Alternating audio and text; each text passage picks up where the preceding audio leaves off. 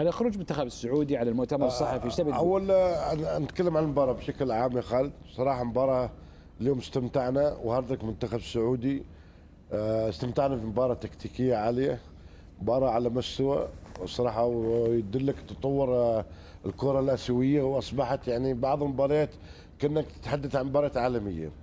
الشوط الاول يا خالد لعب الفريقين على مستوى الفريقين، تكتيك بالنسبه للضغط، بالنسبه للتحويلات، بالنسبه للاظهره، بالنسبه للاطراف، سكر على بعض، بالنسبه لقطع الكوره، يعني ما خلقوا مساحات البعض وقوه الفريقين، ولذلك كلهم محترمين الفريقين بعضهم بعض.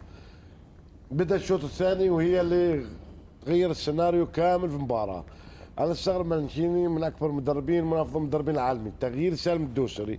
وبالنسبه لسالم الدوسري كل اللاعبين الكوريين يعرفون انه اخطر لاعب سعودي، ولذلك هو ماسك المساحات الخلفيه كلها. اذا في اي ارتداد سريع انت ليش طلعته؟ انت من طلعته اعطيت مجال المنتخب الكوري كله يضغط عليك. بعد طلوع سالم تحولت المباراه تدريجيا لصالح منتخب كوريا 100%. بكيف؟ انت طلعته تحش العمق الدفاع اللي ماسكينه، ممكن يحط لك 3 لاعبين او 4 مشان اذا في ارتداد على سرعه سالم خطورته. راحوا وين؟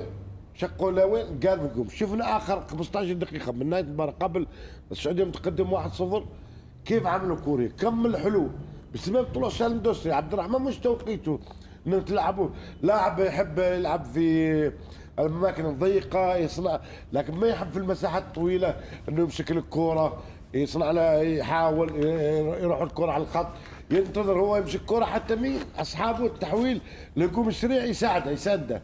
عبد الرحمن ما عنده هذا الامكانيات. يعني انت سلمت الكوره قلت كوريا تعالوا، كوريا دارسين منتخب سعودي حرفيا وعارف الاسماء كلها.